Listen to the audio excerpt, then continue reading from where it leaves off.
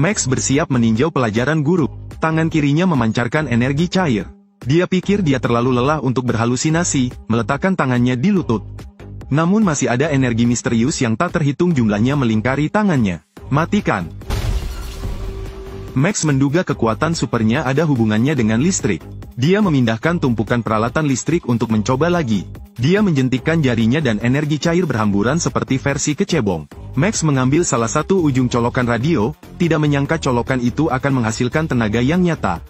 Sungguh sial, mati. Max tidak memahami kegunaan energi cair ini. Di luar dugaan, karena ulahnya itulah ia membangunkan makhluk misterius di laboratorium tersebut. Sudah diam selama 16 tahun. Balon air membentuk semacam tekstur magis. Peneliti mengulurkan tangan dan menyentuhnya. Namun di laboratorium listrik dimatikan. Makhluk asing bergegas keluar, tampaknya tertarik pada tubuh Max. Itu dalam kegelapan mengamati musuh. Max mengalami gejala pusing dan tinnitus.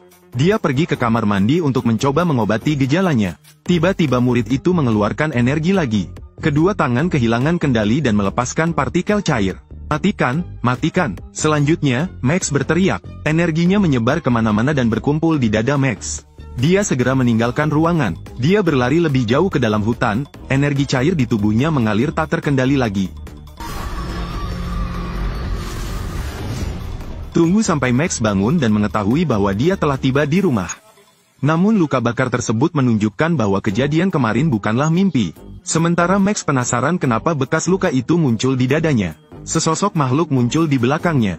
Jangan kemari, menjauhlah dariku. Anehnya, meski orang lain kehilangan sedikit ingatan, dia jelas tahu nama Max. Katanya itu parasit, mengambil partikel atom berkecepatan super ringan sebagai makanan. Kalau bukan karena menyerap energi di tubuh Max, saya khawatir orang ini sudah meledak.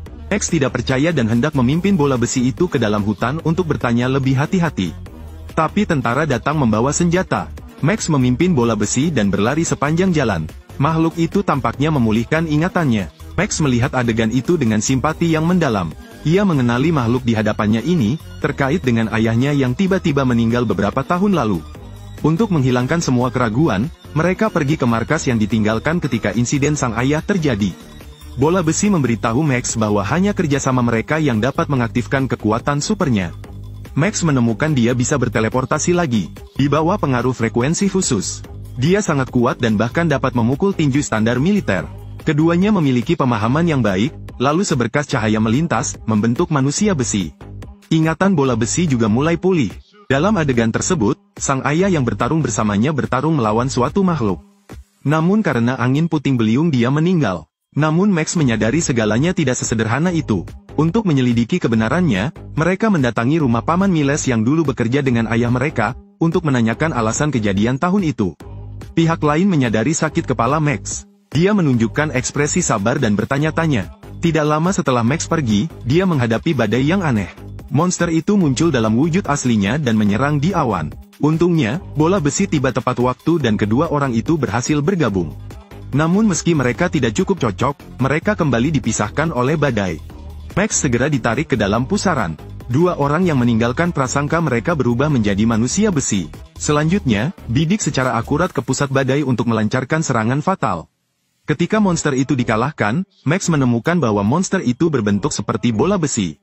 Mereka termasuk dalam jenis makhluk asing yang sama. Meski bola besi menjelaskan, setelah aku bertemu ayah Max, aku tidak berbuat jahat lagi.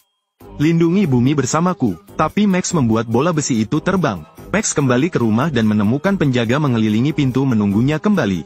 Dia mengkhawatirkan ibunya dan segera menelepon Paman Miles. Lawan mengundang Max ke markas yang ditinggalkan untuk mendiskusikan sebuah rencana. Namun sesampainya di lokasi, dia menemukan dokumennya ada di sini. Bola besi ditangkap. Ternyata pada tahun itu Miles selalu menginginkan atom super ringan. Dia dengan berani bekerja sama dengan makhluk asing untuk menciptakan baju lapis baja penghisap energi. Sang ayah lebih memilih meledakkan dirinya sendiri, tapi juga tidak ingin terjebak dalam sumber energi Miles. Partikel atom di tubuh Max terbangun. Ini akan menjadi pertandingan terbaik Max. Tapi setelah Max memasuki perangkat itu, dia dengan bebas melepaskan partikel atom, menyebabkan kelebihan energi, yang juga membangunkan bola besi yang tertidur. Keduanya berubah menjadi ksatria besi, menuangkan semua atom super ringan di tubuh mereka ke Miles. Robot Max tidak dapat mengatasinya dan meledak dan mati. Max mewarisi wasiat ayahnya dan menjadi ksatria besi.